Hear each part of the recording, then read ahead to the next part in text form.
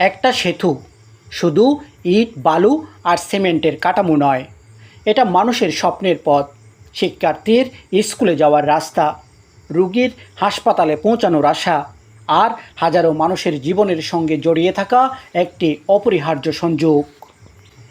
আসসালামু আলাইকুম।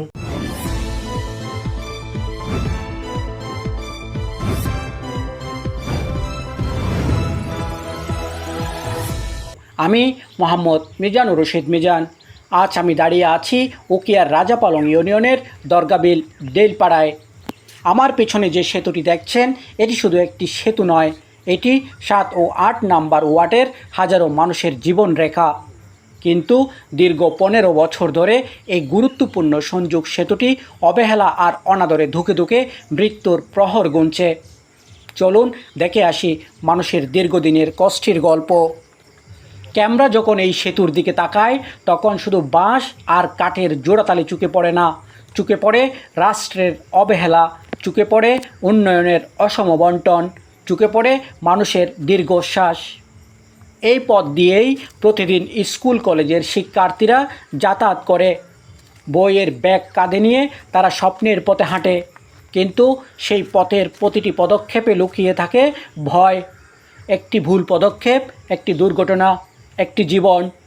যদি কোনো গর্ভবতী মা হঠাৎ অসুস্থ হয়ে পড়েন, যদি কোনো রোগীকে গভীর রাতে হাসপাতালে নিতে হয়, যদি কোনো শিশু এই সেতু পার হতে গিয়ে দুর্ঘটনার শিকার হয়, তাহলে সে দায়ভার কে নেবে?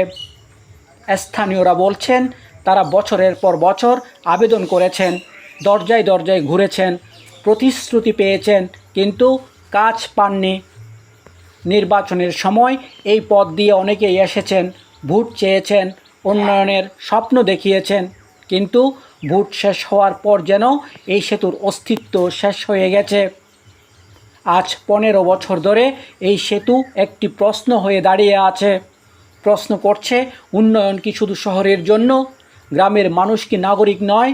তাদের নিরাপদ চলাচলের অধিকার কি নেই?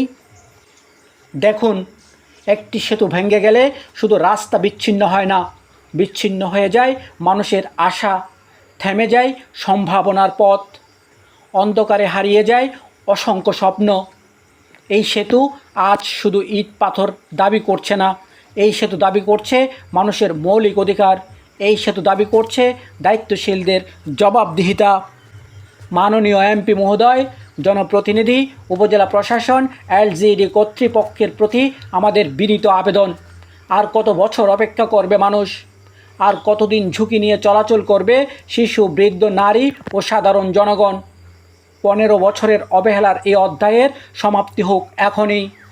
কারণ একটি সেতু নির্মাণ মানে শুধু একটি কাঠামো নির্মাণ নয়, একটি জনপদের ভবিষ্যৎ নির্মাণ। আমি মোহাম্মদ মিজানুর রশিদ মিজান, দৈনিক আলোকিত উখিয়া। আসসালামু আলাইকুম। আমি মোহাম্মদ সৈয়দ হোসেন। এই যে দরগাবিল অর্থাৎ 8 নম্বর ওয়ার্ড এবং 7 নম্বর ওয়ার্ড পূর্ব টাইফলং সংযুক্ত যে রেজুর হালের উপর ব্রিজটা আছে, এটা মূলত 1982 সালে প্রথম 2টা খুঁটি স্থাপন করা হয়।